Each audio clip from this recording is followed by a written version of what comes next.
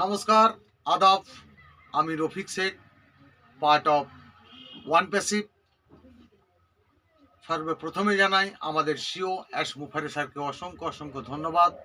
ধন্যবাদ জানাই ওপি চলপাল্টায়ের মেন্টর গৌতম নস্করকে।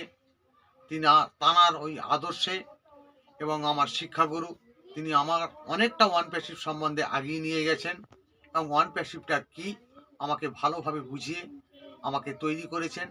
সেই গৌতম স্যারকে অসংখ্য অসংখ্য ধন্যবাদ জানাই আমাদের ওপি চলপাল্টায়ের আরও যারা মেন্টর আছেন, রেখা ম্যাম, দেবাশিস স্যার এবং টিএন ট্যাগর স্যার খুব সুন্দরভাবে আমাদেরকে হেল্প করেন, তাই ওনাদেরকেও অসংখ্য অসংখ্য ধন্যবাদ জানাই।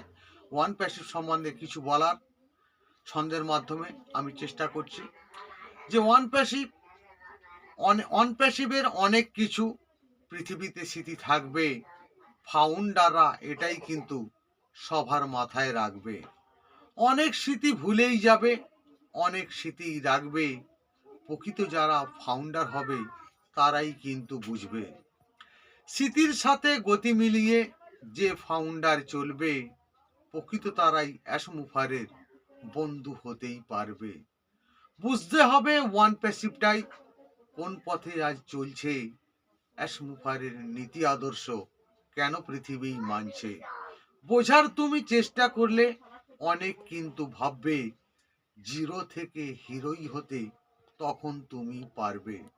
ওয়ান প্যাসিভ হলো বিজনেস মডেল, ফাউন্ডাররাই ভাববে বিজনেস আমাদের করতে হবে, সারা পৃথিবী চিনবে। আমরা সবাই চলেই যাব এই পৃথিবী ছেড়ে, মরেও আমরা বেঁচে থাকব মহান ব্যক্তি হয়ে। কত সুন্দর নীতি আদর্শ, ওয়ান প্যাসিভের ভাষা, মানব জাতির কাছেই পাব অনেক ভালোবাসা। গৌতম স্যারের কথাইগুলো আমি মাথায় করে রাখি, অল্প শিক্ষিত হয়েও আমি তবু কবিতাই লিখি। অ্যাসমুফারে ধন্যবাদ। ওয়ান প্যাসিভ জিন্দাবাদ। আপনাদের যদি ভালো লেগে থাকে লাইক, কমেন্ট এবং শেয়ার করুন। ধন্যবাদ।